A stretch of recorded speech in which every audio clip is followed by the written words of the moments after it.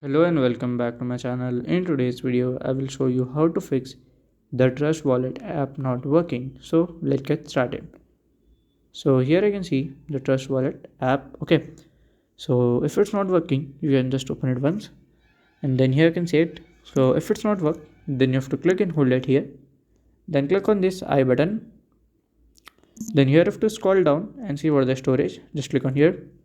Then click on this clear data. Just delete it.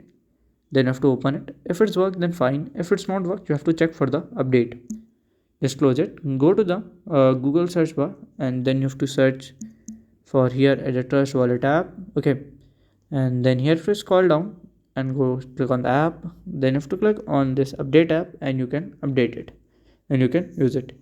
So by this way you can just do it. So if you find this video helpful, make sure you like, subscribe and share the video. Thank you for watching.